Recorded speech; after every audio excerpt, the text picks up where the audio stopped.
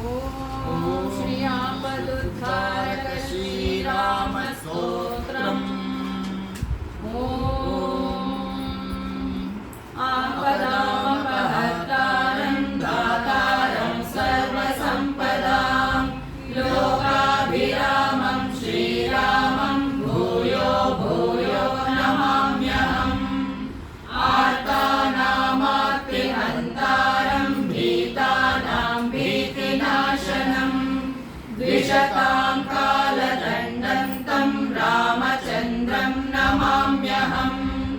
नमः कोदण्डहस्ताय सन्धीकृतशराय च खण्डिताखिलदैत्याय रामाय हन्निवारिणे रामाय रामभद्राय रामचन्द्राय वेदसे रघुनाथाय नाथाय सीताया पतये नमः।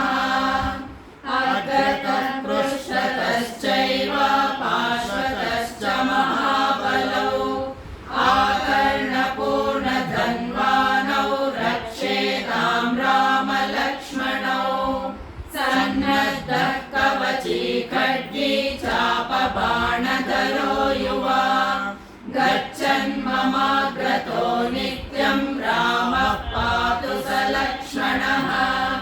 अच्युतानन्द गोविन्द नामोच्चारणभेषजात् नश्यन्ति सकलारोगाः सत्यं सत्यं वदाम्यहम्।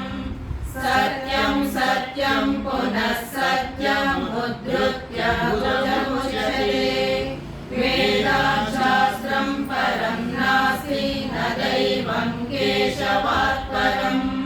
शरीरे जर्जरीभूते व्याधिग्रस्ते कलेबरे औषधं जाह्नवीतोऽयं वैद्यो नारायणो हरिः।